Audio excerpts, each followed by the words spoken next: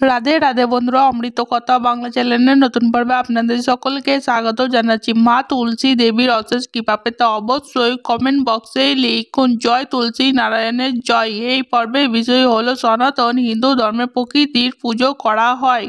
বিভিন্ন ধরনের উদ্ভিদ গাছেরও পুজো করা হয়। হিন্দুদের কাছে সবথেকে পবিত্র উদ্ভিদগুলির মধ্যে অন্যতম হলো মাতা তুলসী। এটি শুধুমাত্র একটি উদ্ভিদ নয় যার যত্ন আমরা করি, এটি হলো ভক্তি, বিশুদ্ধতা এবং জ্ঞানের প্রতীক। প্রতিদিন সকালে এবং সন্ধ্যাবেলায় সনাতনীরা দেবী তুলসীর পুজো করেন। তুলসী গাছের কাছে প্রদীপ জ্বালানো হয়। বলা হয় এই কাজের মাধ্যমে পরিবেশ শুদ্ধ হয়, সংসারে সমৃদ্ধি আসে এবং ঐশ্বরিক আশীর্বাদ পাওয়া যায়।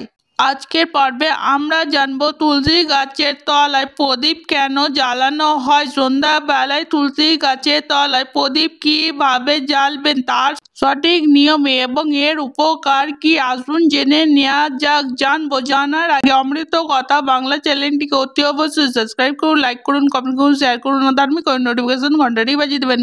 দেবী তুলসীকে বলা হয় বিষ্ণু প্রিয়, অর্থাৎ তিনি ভগবান বিষ্ণুর অত্যন্ত প্রিয়। ভগবান বিষ্ণুর পুজো তুলসী পাতা ছাড়া অসম্পূর্ণ। কোথাও কোথাও দেবী তুলসীকে মা লক্ষ্মীর প্রতীক হিসাবেও বলা হয়েছে। বিভিন্ন গ্রন্থে তুলসী গাছের উল্লেখ রয়েছে। প্রাচীনকালে এই গ্রন্থগুলিতে বলা হয় যে ব্যক্তি তুলসী গাছে রোপণ করে এবং তুলসী তলায় প্রদীপ জ্বালায় সেই ব্যক্তির জীবন থেকে পাপ সে মুক্ত করে এবং মোক্ষে লাভ প্রশস্ত হয়। আবার বলা হয়েছে কোথাও কোথাও মানুষ সঠিকভাবে তুলসী গাছের পুজো অর্চনা করলে সে এই জড় জীবন থেকে মুক্ত হয়। সনাতন হিন্দু ধর্মে আচার অনুষ্ঠানে প্রদীপ জ্বালানো একটি সাধারণ রীতি। দীপাবলির আনন্দ তো আমরা প্রদীপ জ্বালাই, কিন্তু প্রতিদিন পুজোতেও আমরা প্রদীপ প্রজ্বলন করি। হিন্দুদের কাছে শুধুমাত্র ন্যায় অন্যায় অনেক ধর্মে প্রদীপই হলো অন্ধকারের ওপরে আলোর বিজয়, অজ্ঞাতর ওপরে জ্ঞানের বিজয়, মন্দের ওপরে ভালোর প্রতীক। তাই প্রদীপ প্রজ্বলনের মাধ্যমে জীবনে অন্ধকার এবং অজ্ঞতা আমরা দূরীভূত করতে পারি এবং এর মাধ্যমে আমরা আমাদের জীবনে আত্মার সঙ্গে পরমাত্মা কেউ মিলিত করতে পারি। যে কোনো ধরনের নেতিবাচক শক্তিকে দূরে রাখতে পারি। বলা হয় যে ব্যক্তি তুলসী গাছের কাছে প্রদীপ প্রজ্বলন করে তার পূর্বজন্মের পাপ থেকে সে মুক্ত হয় এবং ভগবান বিষ্ণুর কাছে সে দেহাস্ত গমন করে, অর্থাৎ বৈকুণ্ঠে গমন করে। এমনকি বাস্তব জীবনে আমরা যখন দেখি কোনো ব্যক্তির মৃত্যু হয়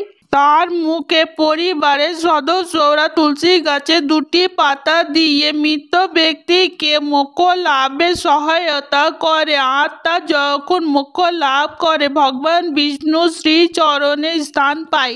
এর জন্য এই কাজটি করা হয়। পবিত্র তুলসী আমাদের আত্মাকে শুদ্ধ করে এবং আত্মার মুক্তির দিক থেকে যা তারা সাহায্য করে। তুলসী গাছের কাছে প্রদীপ জ্বালালে আশেপাশে পজিটিভ এনার্জি তৈরি হয়। এই কারণে বলা হয় পরিবারে উঠোনে খোলা জায়গায় তুলসী গাছ রাখতে, যেখানে সঠিকভাবে সূর্যের আলো পড়ে।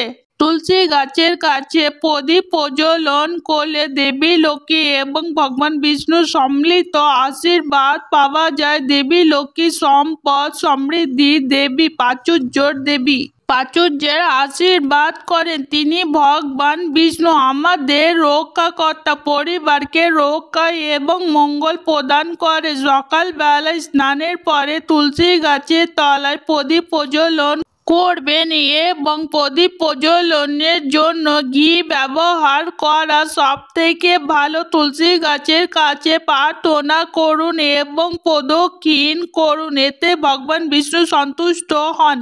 সন্ধ্যাবেলাতে তুলসী গাছের তলায় সন্ধ্যা প্রদীপ দেওয়ার সঠিক সময় হলো প্রদোষকাল। এই সময় প্রতিদিন সন্ধ্যা প্রদীপ দিতে পারলে পরিবারের মঙ্গল হবে। আজকের পর্ব এখানেই সমাপ্ত হলো। অমৃত কথা বাংলা চ্যানেলের সঙ্গে থাকার জন্য আপনাদের অনেক অনেক ধন্যবাদ। রাধে রাধে।